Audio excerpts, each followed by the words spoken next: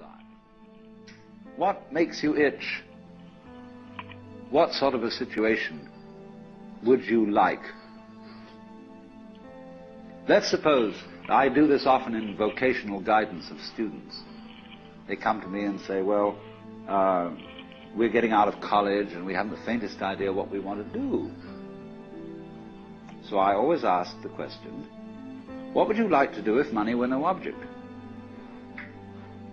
How would you really enjoy spending your life? Well, it's so amazing. As a result of our kind of educational system, crowds of students say, well, we'd like to be painters, we'd like to be poets, we'd like to be writers, but as everybody knows, you can't earn any money that way. Or another person says, well, I'd like to live an out-of-doors life and ride horses. I say, do you want to teach in a riding school? Let's go through with it. What do you want to do? When we finally got down to something which the individual says he really wants to do, I will say to him, you do that. And forget the money. Because if you say that getting the money is the most important thing, you will spend your life completely wasting your time. You'll be doing things you don't like doing in order to go on living, that is, to go on doing things you don't like doing, which is stupid. Better to have a short life that is full of what you like doing than a long life spent in a miserable way. And after all, if you do really like what you're doing, it doesn't matter what it is, you can eventually turn it, you could eventually become a master of it.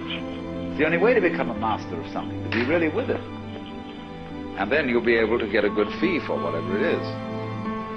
So don't worry too much. Somebody's interested in everything.